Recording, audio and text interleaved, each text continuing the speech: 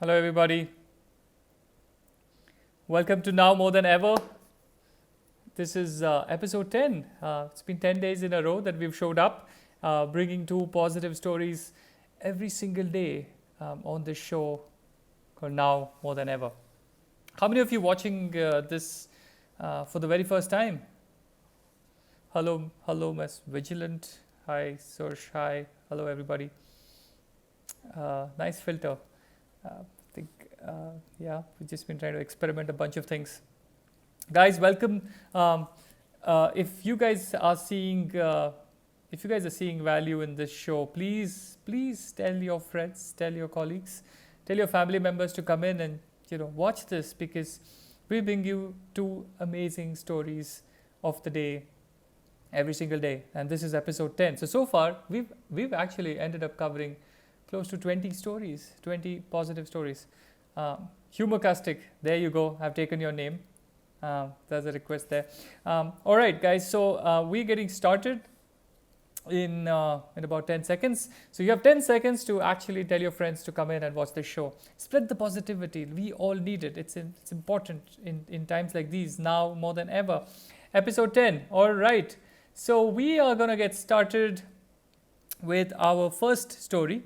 Our first story is all the way from Sikkim, in fact, East Sikkim, and before I kind of get into the details, I will take Q&A after this, guys. So please feel free to ask these questions later. But the first story, coming back, Sikkim. Here we are, and before I get into the details, I want to ask a quick question, right? What you guys see is a set of milk packets, plastic packets. Right? So we have, you eat your instant noodles, Maggi, you use milk, all this plastic. What do we do of it? Quick suggestions, guys. What can you do with plastic?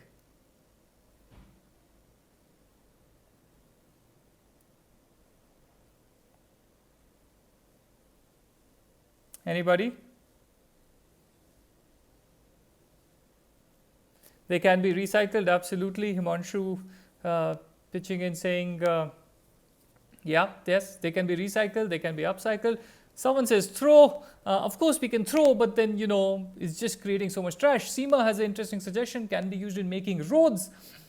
Ada says put it in a bottle and make an eco brick, right? And Prakash says we can return to the company, we can recycle, they can be used as bricks, they can be dried, recycled. Awesome. I think these are great craft works indeed.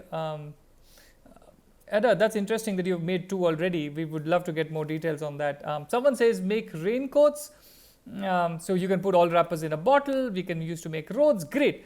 Upcycle says Cantor dust, recycle, all of that. This is amazing. But what if I told you that there's also a possibility of these plastic packets actually being used to be book covers for students who can't afford to cover those books, right? And this is a way in which a packet doesn't find its way to the dustbin, to the landfills.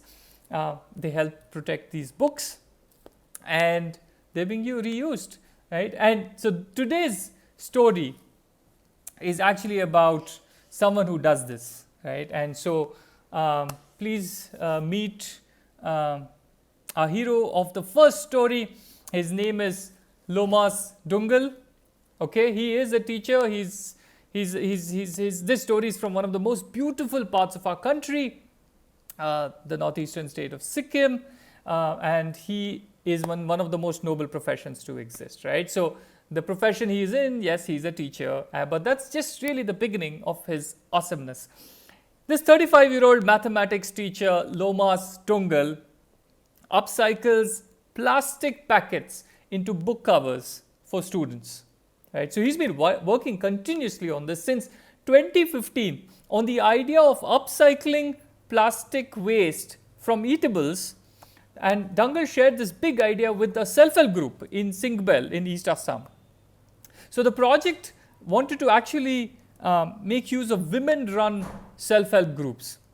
Right? So here's what they started doing. They would cover all the notebooks of Adarsh Vidya Mandir students with the upcycled plastics after adopting a very healthy and hygienic mechanism for cleaning. Because when you get these milk packets, you have to clean them, you have to dry them, and so it needs a hygienic process. And once that is done, all the notebooks of Adarsh Vidya Mandir were covered with these upcycled plastics. And for this purpose, in fact, a plastic collection center was established. So where do you get all these plastic, and how do you make it easy for people to give their plastic away? So they set up a plastic collection center at Singbel in November 2019, just last year. Now the main challenge was not just to successfully upcycle the plastic waste, but also develop an experiment in a successful, what they call as a working model on seasonal employment. Right? So here's what has happened. The result of all of this hard work has basically been that he has upcycled 85,000 plastic packets. 85,000 plastic packets have been upcycled into 6,100 book covers. That's 85,000 packets getting into 6,100 book covers, and it employed rural women in process. So this is impact on so many levels. There's impact on environment, there's impact on education, there's impact on employment. What a brilliant idea. And it really doesn't require any infrastructure for you to get this going. It requires a will, an intent, and getting people together. So really hats off to Lomas Tungal. That was our story for today, the first story for today.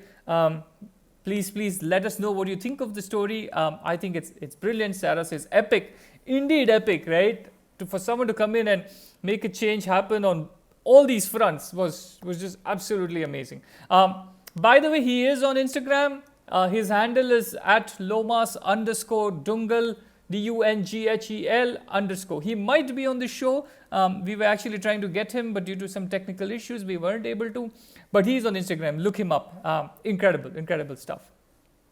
All right. So the next story for today is, and by the way, if you need a few seconds to get your friends to come in and watch, this is your moment before we just jump into the second story.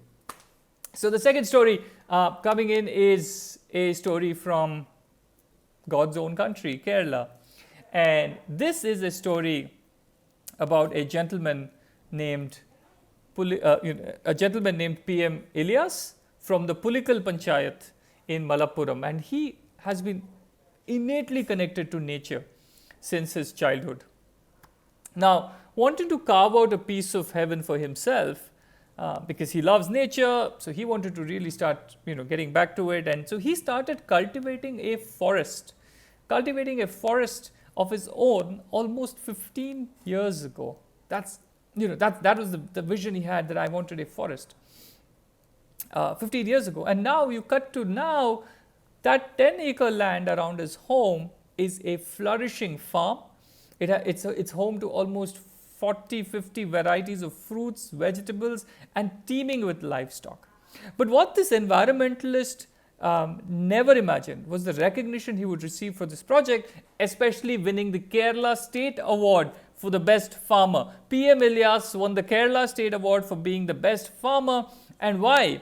Because he has a biogas plant in his farm, he has a vermicomposting system, and he has 5 ponds set aside for rainwater harvesting. Basically, he has a self-sustaining farm that gobbles up the waste of an entire society. That's how sustainable his farm is, PM Ilyas' farm. It actually takes up all it takes up all the waste that an entire society can generate and still be self-sustaining in this. Right? So this award-winning farm by PM Ilyas is really setting an example for an entire generation who wants to go back and connect to nature. And I think in times like these, it's an even more important connect that we need. Now we just need, I think, more PM Ilyases and their selfless ambitions to make the world a cleaner, greener place. So yes, absolutely, Sarah, we need more PM Ilyases. Someone says, why won't other media show this? I think, we are trying to bring in positive news. It's so important for all of us to really spread the hope, spread inspiration in times like these. It's important now more than ever. Someone asking, where do you get these stories from? Like I keep saying, we have an amazing team of people who scan the length and breadth of the country to bring you these amazing inspirations. But here's the thing, we don't really have to go very far. If you just look around, everyone in our community, in our neighborhoods, is doing good in their own little way.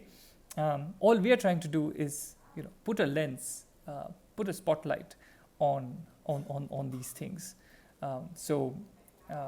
It's not hard to look at positive stories. It's not hard to find them. Just look around and you'll find amazing people doing all the amazing things that we keep talking about. So I have two very important announcements before I end the story. And by the way, please let us know if you like this story. How are you? How do you like what we are presenting? What is it that you would like us more to do? Vatsal says, love the Better India. Thank you so much. Please spread the word. Get more people to watch us. Absolutely, to get your story on our show, please just send us an email, send us a DM. I know we get a lot of them and we're not able to respond to all of them, but we will eventually get to your messages. Thank you, Ada. I'm glad both were fantastic stories, she says. All right, so if you're inspired by these two things, so we have a fundraiser going on, by the way. We've partnered with civil service officers to help out daily wage workers, migrant workers, and people who are at the frontline medical workers. So we've partnered with civil service officers to distribute the essentials, rations, food, medical essentials, and we have a fundraiser going for that. So please go to the link in our bio on Instagram, and you can donate.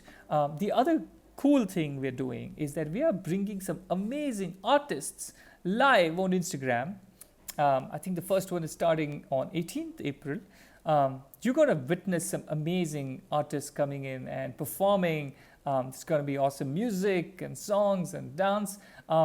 Tune in on the Better India's Instagram feed to get more details on that. We're doing this as part of our fundraiser where we want to fight the whole pandemic that's been hitting us. We want to help out people. So our campaign called Better Together is live. Please go there, spread the word, get more people involved. We need to spread positivity and inspiration now more than ever.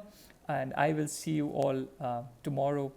So please, until then, stay positive, stay inspired, and please write to us. Tell us how do you like this show. Thank you very much.